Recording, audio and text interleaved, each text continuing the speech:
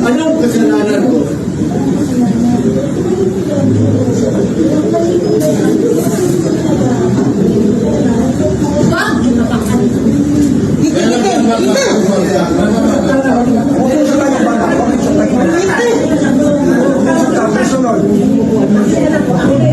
Akin na yung anak ko! Akin na yung anak ko! Akin na,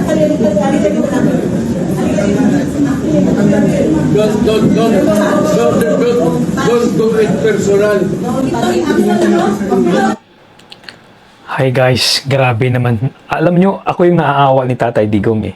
Tingnan mo yung mga military sa likod. Naalala nyo pa ba na siya lang yung nag-upgrade ng mga gamit nila? Siya lang yung nag-increase ng mga sweldo nila.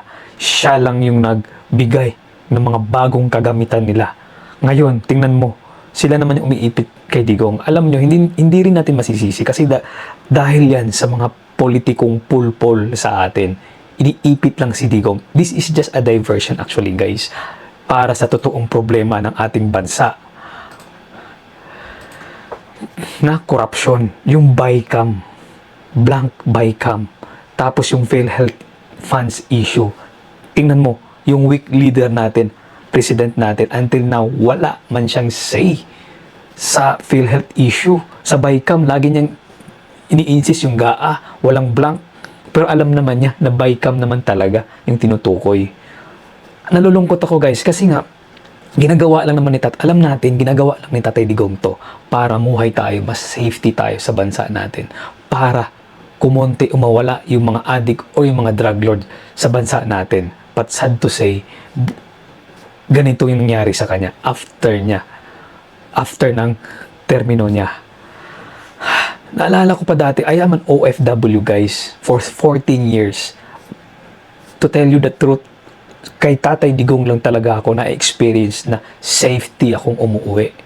Hindi ako takot umuwi sa Pilipinas. Hindi ako takot ma-hold up.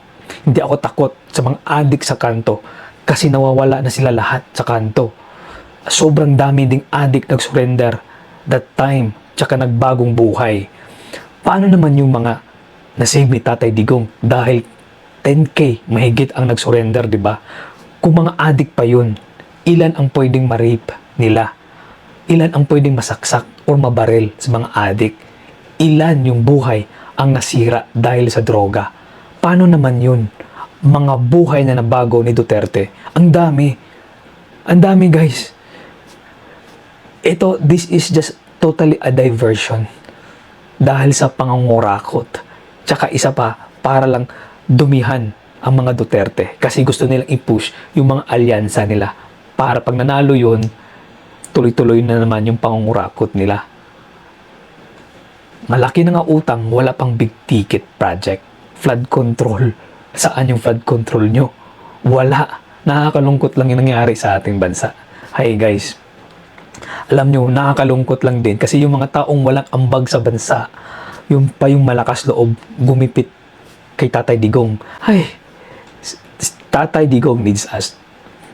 Guys, tulungan natin si Tatay Digong. Let's support Tatay Digong.